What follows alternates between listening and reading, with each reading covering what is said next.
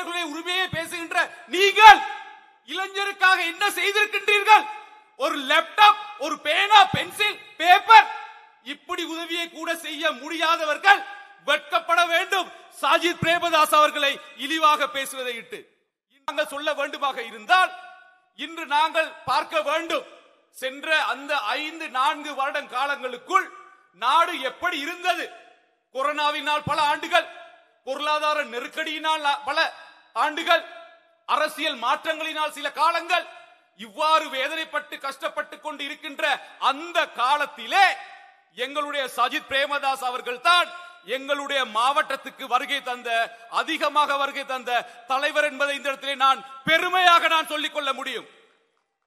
அது மாத்திரமல்ல, இன்று எங்களுடைய வைத்தியசாலை பல பிரச்சனைகளை எதிர்நோக்கிக் கொண்டிருக்கின்ற சந்தர்ப்பமாக இருந்தாலும், அவருடைய அந்த வேலை திட்டத்தின் கீழே கிண்ணியா வைத்தியசாலைக்கான உதவியை அவர் செய்திருந்தார். திருகோணமலை வைத்தியசாலைக்கு அவருடைய உதவியை செய்திருந்தார்.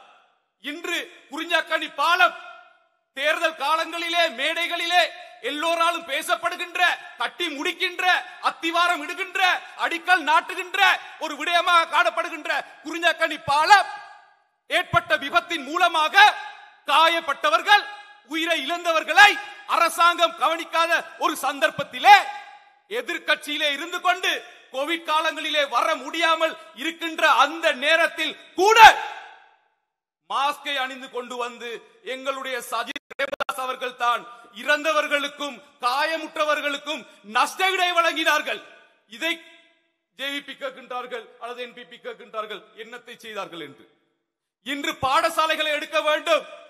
இன்று வெறுகளாக இருந்தாலும், மூதுராக இருந்தாலும், கிண்ணியாவாக இருந்தாலும், திருகோணமலையாக இருந்தாலும், கோமர கடவுள பதவி சிரிப்புற மொரவாக இருந்தாலும், எந்த ஒரு இன மத வேறுபாடுகள் இன்றி இன்று அந்த பாடசாலைகளிலே இன்று ஸ்மார்ட் கிளாஸ் ரூம் என்னவென்று தெரியாத வெறுகல் பிரதேசம் கூட இன்று டெக்னாலஜியின் அடிப்படையிலே ஸ்மார்ட் ரூம் வழங்கப்பட்டிருக்கின்றது. Smart education, smart class room இன்று வழங்கப்பட்டிருக்கின்றது. சகோதரர்களே, இன்று பலர் நாங்கள் பார்த்திருக்கின்றோம், மேடைகளிலே வீர பேச்சுக்களை பேசுகின்றவர்கள் எல்லாம் பேச்சாளர்களாக இருக்கின்றார்கள். இன்று சிலர் பேசி பேசியே பல காலங்களை ஓட்டிவிட்டார்கள். ஆனால் அவர்கள் பேசுவது ஏனையவர்களை தூட்டுவதற்கே ஒழிய அவர்களுடைய செயற்பாடுகள் இல்லை.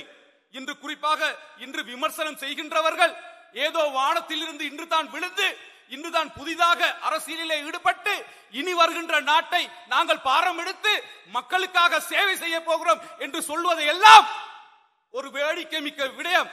இன்று இவர்கள் விவசாய அமைச்சிலே இருந்திருக்கின்றார்கள், அரசாங்கத்துக்கு பங்குதாரர்களாக இருந்திருக்கின்றார்கள். இன்று இளைஞர்களுடைய உரிமையை பேசுகின்றார்கள். இன்று இளைஞர்களுடைய உரிமையை பேசுகின்ற நீங்கள் இளைஞருக்காக என்ன செய்திருக்கின்றீர்கள்? ஒரு லேப்டாப், ஒரு பேனா, பென்சில், பேப்பர், இப்படி உதவியை கூட செய்ய முடியாதவர்கள் வெட்கப்பட வேண்டும்.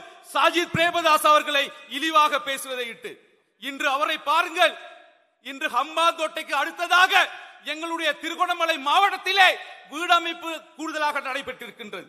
இந்த இப்ப எதிர்கட்சியாக இருந்து முன்னெடுக்கின்ற ஸ்மார்ட் கிளாஸ் ரூம் கூட இன்று கூடுதலாக தமிழ் பேசுகின்ற முஸ்லிம், சிங்கள, தமிழ் பாடசாலைகளுக்கு வழங்கப்பட்டிருக்கின்றது. ஆகையால் யார் உண்மையிலே சேவையை செய்கின்றார் என்பதை நாங்கள் சிந்திக்க வேண்டும். ஏனென்றால் செய்திகளை உடனுக்குடன் தெரிந்து கொள்ள உடனே சப்ஸ்கிரைப் பண்ணுங்க.